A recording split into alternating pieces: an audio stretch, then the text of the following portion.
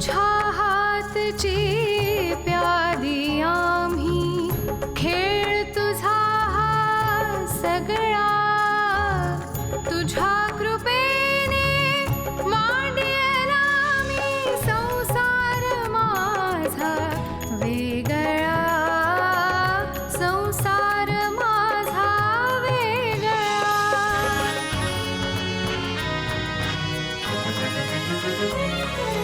तोडूनी पाश मायेचे घेऊनी श्वास मोकळा सानुल्या घरट्यातला संसार माझा वेगळा संसार माझा वेगळा. माय गॉड, तू घाटगे साहेबांची मुलगी आहेस? हो, पण त्यात तुम्हाला एवढा आनंद होण्याचं काय कारण आहे? कारण घाटगे इंडस्ट्रीजची बिझनेस रिलेशन्स डेव्हलप करण्यासाठी आम्ही किती दिवसापासून खटपट करतोय. हो, हे तू तर मग आता माझ्या बरोबर पॅरिसला आलंच पाहिजे. तुम्हाला सांगतो, प्रत्येक माणसाची एक किंमत असते. ती किंमत मोजली तर माणूस विकला जाऊ शकतो. पण जर त्या दृष्टीने मी काही प्रयत्न सुरू केले तर तुमचं काही ऑब्जेक्शन नसेल ना? माझा त्याला पाठिंबा असेल. कुणाचं काही चांगलं चाललं असेल तर त्यात बिब्बा घालायचा छंदच असतो काही लोकांना. आता रुजुता तरुण आहे, सुंदर आहे आणि ती आपल्याला नकार देते. हे तिच्या बॉसला अपमानास्पद वाटत असेल. अहो, ही श्रीमंतांची मुलं एखादी बाई आपल्याला पटत नसली ना तर अगदी जिद्दीला पेटतात आणि तिच्यासाठी काय वाटेल ते करतात. मग तिच्या आयुष्याचं कितीही मातेरं झालं तरी त्यांना त्याची काहीही पर्वा नसते. अशा माणसांना उत्तेजन द्यायचं काही एक कारण नाहीये. बिचारीचं बरं चाललंय ना, चालू द्या. परत तो आला ना तर त्याला अजिबात तुम्ही एंटरटेन करू नका, नाहीतर मला रुजुताला सांगावं लागेल की तुझ्या डॅडींचे उपद्व्याप परत सुरू झालेत म्हणून.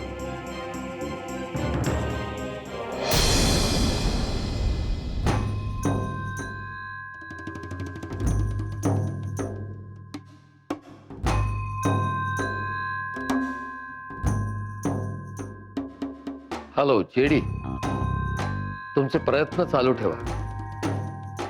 वेळोवेळी मला फीडबॅक देत चला. घाबरायचं काही कारण नाहीये. मी तुमच्या पाठीशी आहे.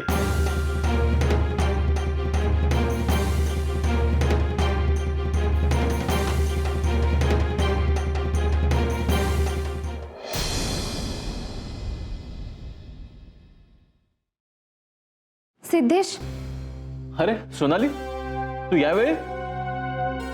रुजुता आत्ताच खाली गेली आहे काहीतरी खरेदी करण्यासाठी. माहितीये मला, बघितलं मी तिला. तरी तरी तू तरीही आले, कारण मला महत्वाचं सांगायचंय तुम्हाला. काय झालं?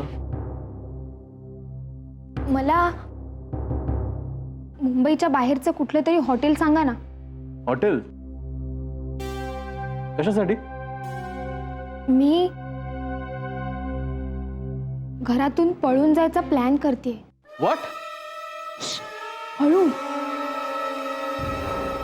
त्याचं काय आहे, माझ्या नवऱ्याने आणि माझ्या सासूने मला इतकं छळलंय की आता मला ना काही दिवस बेपत्ता व्हायचंय आणि त्यांना घाबरवून सोडायचंय. अगं हे बघ, वेड्यासारखं काहीतरी करू नकोस, कुठेतरी संकटात सापडशील. मी ऑलरेडी संकटात आहे. माझी एवढी तरी मदत करा ना प्लीज. सॉरी, मी असं काही करणार नाही आणि तुलाही करू देणार नाही. सिद्धेश, माझं ऐका ना प्लीज. अगं काय ऐकू? तुला पळून जाण्यासाठी मी तुझी मदत करू? लोकांना कळलं तर काय म्हणतील ते? मी कोणालाही काहीही कळू देणार नाही, पण प्लीज मला एखादं हॉटेल सांगा ना. अगं नको तू त्या फंदात पडूस, आणि तू इथे जास्त वेळ थांबू नकोस. तुझ्या नवऱ्याने बघितलं तर पुन्हा तो गोंधळ घालेल. तो बाथरूम मध्ये आहे. तो बाथरूममधून बाहेर यायच्या आत मला प्लीज काहीतरी सांगा ना. प्लीज लवकर काहीतरी सांगा ना. अगं एवढं घाईघाईत मला तुला काहीही सांगता येणार नाही. आणि तुला एक सांगतो, तुम्हा नवरा बायकोंच्या भानगडीत मला पडायचं नाही. रुजुताला ते मुळीच आवडत नाही आणि मलाही डोक्याला ताप नको. मी तुमच्या डोक्याला ताप अजिबात होऊ देणार नाही. I promise. ठीक आहे, पण मी तुला आता पटकन नाही सांगू शकत. ठीक आहे, मग मी तुम्हाला परत एकदा फोन करेन किंवा मग प्रत्यक्षातच येऊन जाईल. अगं नको, तू प्रत्यक्षात इथे भेटायला येऊ नकोस मला. त्यामुळे किती कॉम्प्लिकेशन्स होतात हे माहिती आहे ना तुला. तुझा नवरा इथे येतो आणि माझ्याशी भांडायला लागतो. काय गे भावाने, मी नुसता बाथरूम मध्ये गेलो तर तू लगेच इकडे आलीस. मिस्टर घाणेकर, माझ्या बायको शिवाय जर तुम्हाला एवढं बी करमत नसेल ना तर घ्या तिला ठेवून इकडंच तुमच्या घरात. मिस्टर बजरंग, एक शब्द बी बोलू नका. माझ्या एकुलते एक बायकोला नादी लावले तुम्ही. तुमच्यावर केस करून खडी फोडायला पाठवी ना. बघितलंस बघितलंस सोनाली, मी म्हटलं होतं ना तुझा नवरा इथे येऊन तमाशा करेल म्हणून. अहो आता मला काय माहिती की हे बाथरूममधून असेच बाहेर येतील. नशीब कपडे तरी घातलेत. हो, कारण तू जशी लाच सोडलीस ना तशी म्या नाही सोडली अजून. मी काही लाज बीज सोडलेली नाहीये, कळलं. मी रुजुताला भेटायला आले होते आणि रुजुता यावेळी घरी असते हे तर कबूल. रुजुता थोड्या वेळापूर्वी खाली उतरलीये. आपल्या बाथरूमच्या खिडकीतून पाहिलंय म्या. हो, बाथरूमच्या खिडकीतून काय बघितलं. ती खाली उतरलेली दिसल्यानंतर तुम्ही लगेच बाथरूम मध्ये गेलात. आणि म्या बाथरूम मध्ये गेल्यावर तू लगेच इकडं. काय स्पीड आहे राव. सोनाली, तू इथून निघ इथून आणि तुझ्या नवऱ्यालाही बरोबर घेऊन जा. मला इथे माझ्या घरात तमाशा नकोय. आता आणखीन काय तमाशा व्हायचा राहिलाय हो. बजरंग, तुम्ही आता निघा इकडनं निमूटपणे. आणि एक शब्दही बोलू नका, नाहीतर माझी सटकेल. आता माझी सटकलीये. केवळ त्या रुजुताकडे बघून मी गप्प बसलोय. नाही त्या तर रुजुताकडे बघणं पण सोडून द्या तुम्ही. निघा. काय चाललंय इकडे? काय झालं? तुम्ही काय करता इथे? निघा. अगे रुजुता, तू माझ्यावर कशा पायी भडकतेस हा.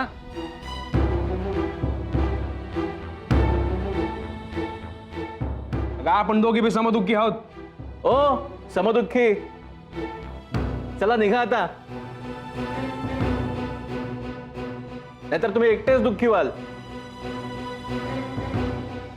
तुम्ही निघताय की नाही? जातो जातो, पण ह्या तुझ्या नवऱ्याला आधी तंबी देऊन ठेव. माझ्या बायकोला जर परत बोलवलंस ना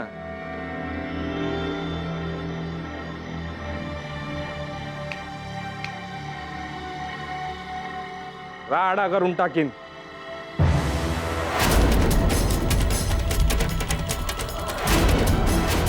चल. Sorry Siddhesh, very sorry. Sonali, काय चाललंय ग? सिद्धेश आधी भाऊजी म्हणायचीस ना, आता सिद्धेश. तुझ्या असल्या पोरकटपणामुळेच तुझ्या नवऱ्याचा गैरसमज व्हायला लागला सिद्धेश बद्दल, कळलं? सॉरी रुजुता, पण मी एक शब्द बोलू नकोस तू. तो बाहेरून सगळं ऐकत असेल. जा आता तू घरी जा म्हणते ना. ठीक आहे, मी जाते, पण तू प्लीज माझ्यावर रागवू नकोस. मी तुला नंतर सगळं समजावून सांगते. काही समजावण्याची गरज नाही. निघ आता आणि निमूटपणे तुझा संसार कर, कळलं? जा आता.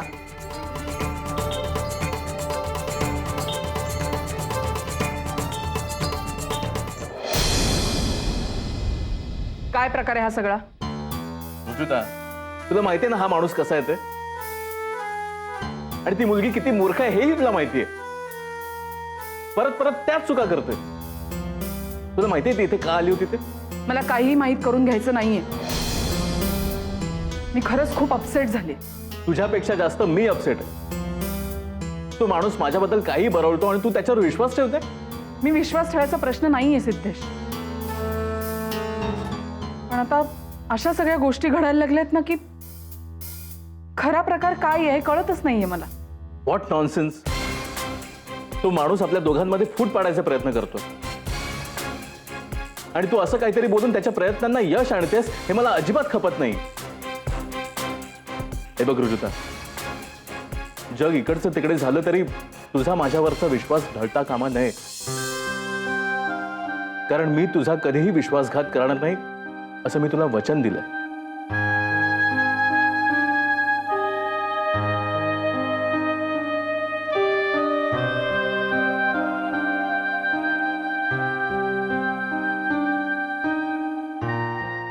संसार माझा वेगळा. हो, त्या दिवशीच्या फ्लाईटची वेळ मला जरा सांगाल का?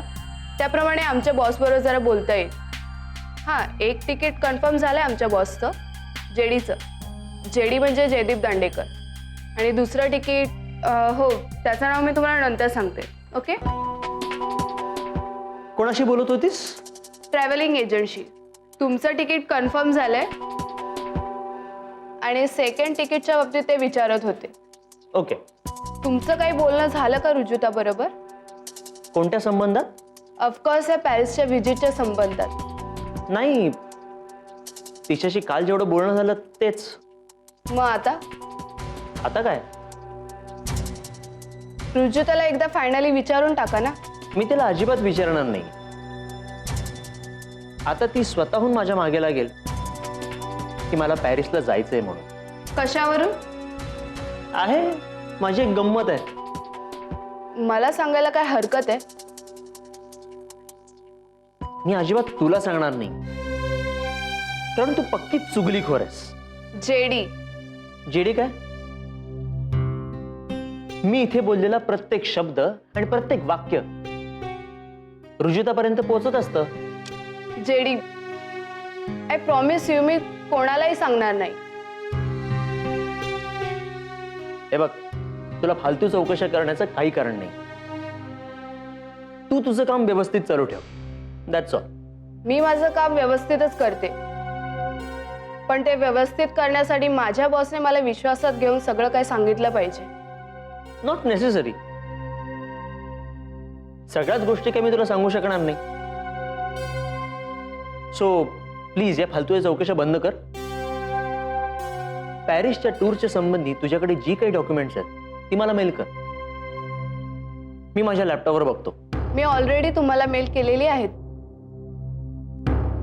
आणि काही डॉक्युमेंट्स रुजुताच्या मेलवर सुद्धा पाठवलेली आहे. अँड वन मोर थिंग, मी कुठे जातो, काय करतो, कोणाशी काय डिस्कस करतो ह्याबद्दल कोणालाही काही सांगायचं नाही. Otherwise you are fire. Okay. Good morning Asha. Good morning. काय झालं? वातावरण फार गंभीर आहे का? काय नाही ग, मी आता निघणारच होते. थांब जरा. काल तू मला पॅरिसच्या टूर संबंधी जे मेल केलेस ना, त्यावर मला जरा डिस्कस करायचं. ओके, मग चल माझ्या केबिनमध्ये जाऊया. का? इथे बॉस समोर का नको? कारण काही गोष्टी तुला मी माझ्या केबिनमध्ये नेऊनच सांगणार आहे.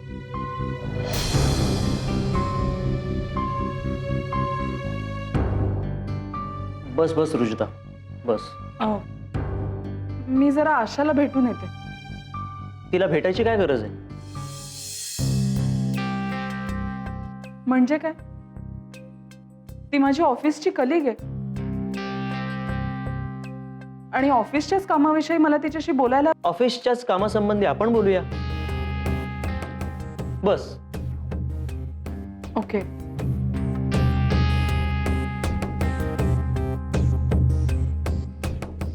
काय आहे रुजुता, ही रूम जरा छोटी वाटायला लागली मला. थोडी मोठी करू. पलीकडचं डिपार्टमेंट आहे ना ते इथे मर्ज करू, म्हणजे हा हॉल प्रशस्त होईल. मग इथे आपण डेमो करू शकतो. आपले जे नवीन नवीन कॉन्सेप्ट आहेत त्याचं प्रेझेंटेशन होऊ शकतं. एक minute JD, there is some change in you. म्हणजे तुमच्या बोलण्यात काहीतरी बदल झालेला दिसतोय मला. तो कसा काय? आल्यावर तुम्ही पॅरिसच्या संबंधी प्रश्नांचा भडीमार केला नाहीत माझ्यावर. आता ज्या प्रश्नांची उत्तरं मला मिळणारच नाहीयेत ते प्रश्न तरी कशाला विचारू तुला मी. ओके, म्हणजे आता पॅरिसच्या टूर मधून माझी सुटका झाली म्हणायची. तसं समज हवं तर. Thank you so much. मग मी आता सिद्धेशला फोन करून सांगते की पॅरिसच्या टूर संबंधी तुला टेन्शन घ्यायचं काहीच कारण नाहीये. अच्छा, तुझ्या नवऱ्याने टेन्शन घेतलं होतं? म्हणजे काय, बायको कोणाबरोबर तरी 15 दिवस बाहेर जाणार आहे म्हटलं की कुठल्याही नवऱ्याला टेन्शन येतच. काय आहे जडी, तुमचं लग्न झालं नाहीये ना, म्हणून तुम्हाला नाही कळणार. बाप रे, म्हणजे लग्न झालेलं नसेल तर पुरुष काही बाबतीत इनकम्प्लीट असतो असं म्हणायला हरकत नाही. काही बाबतीत कशाला, सगळ्याच बाबतीत पुरुष इनकम्प्लीट असतो. ही जरा अतिशयोक्ती झाली. एक मिनिट, मी जरा सिद्धेश बरोबर बोलते. ए ए ए ए ए तो फोन आधी खाली ठेव. एवढ्या लवकर बोलायची काय घाई आहे? पण पॅरिसला जाणं कॅन्सल झालंय ना माझं. हो, पण लगेच नवऱ्याला सांगायची काय गरज नाहीये. संध्याकाळी घरी जा, सावकाश सांग त्याला. वाटल्यास मी येईन सांगायला त्याला की आता माझा काही आग्रह नाहीये पॅरिसला जाण्यासंबंधात. Really, that's great. संसार माझा वेगळा. जेडी काही व्हिजिटर्स आले तुम्हाला भेटायला? अपॉइंटमेंट घेतलेली आहे? नाही, पण ते विदेशी पाहुणे आहेत. अमेरिकेमध्ये तुम्हाला भेटले होते म्हणतात. जरा घाईत आहेत, म्हणजे तुम्ही लगेच गेला नाहीत तर कदाचित ते थांबणार सुद्धा नाही. असे कोण आहेत कोणते? त्याची काही मी चौकशी केली नाही, पण ते मला म्हणाले खरे की जेडी अमेरिकेतला आमचा बडी आहे. रुजिता, मी जरा बघून येतो कोण आले ते. अँड माइंड यू वेल, सिद्धेशला म्हणजे तुझ्या नवऱ्याला आता पॅरिसच्या टूर संबंधात काही सांगायचं नाही. कळलं ना?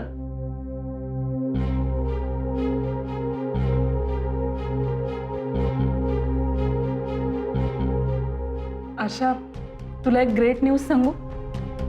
मी पॅरिसला जाण्याचा आग्रह जेडीने सोडलाय.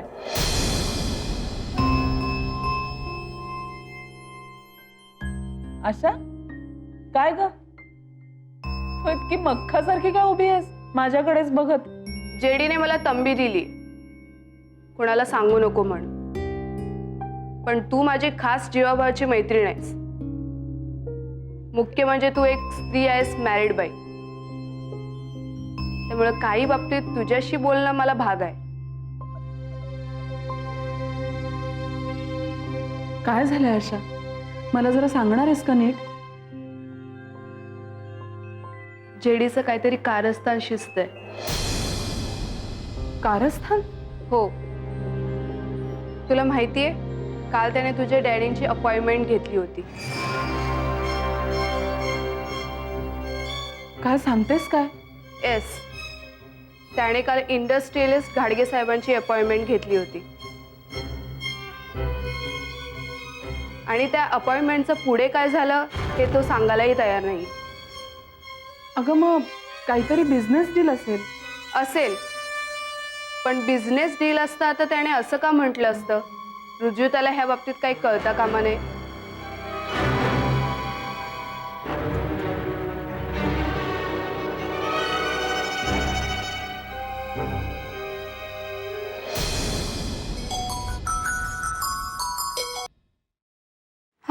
बोल रुजुता. मम्मा कशी आहेस ग तू? मी बरी आहे. कुठून बोलतेस तू? ऑफिसमधूनच बोलते मम्मी. अच्छा, तू ऑफिसला गेली आहेस म्हणजे. हो आले. सिद्धेश कुठे आहे? ऑफकोर्स तो घरी आहे. तो कुठे जाणार? रुजुता, बरं झालं तू मला फोन केलास. तुला मला एक महत्वाची गोष्ट सांगायची आहे. मी त्याचीच वाट बघते मम्मी.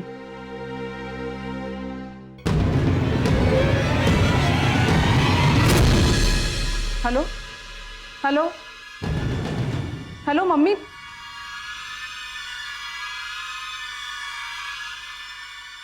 काय ग, कोणाचा फोन होता? Wrong number. Wrong number? एवढ्या घाईघाईने फोन का ठेवला? मग काय सावकाश ठेवू? आणि कानाला लावूनच ठेवायचा असतो का रॉंग नंबर असलेल्या माणसाचा फोन?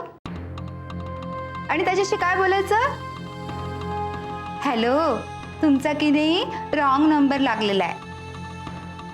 मी आराधना घाटगे बोलतेय. तुम्हाला माझ्याशी बोलायला आवडेल का?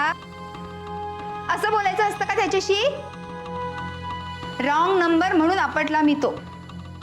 रॉंग नंबर म्हटल्याचं मला ऐकू नाही आलं.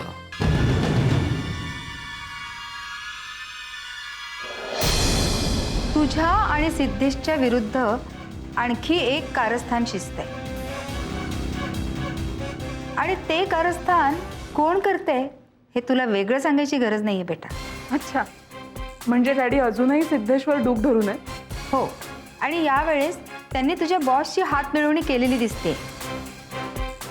वडिलोपार्जित जमीन विकायला निघालात का? तर याला बँका फायनान्स देत आहेत म्हणून? त्याला जर बिझनेससाठी काही मदत हवी असेल तर आपली काय हरकत आहे? हरकत आहे, माझी हरकत आहे.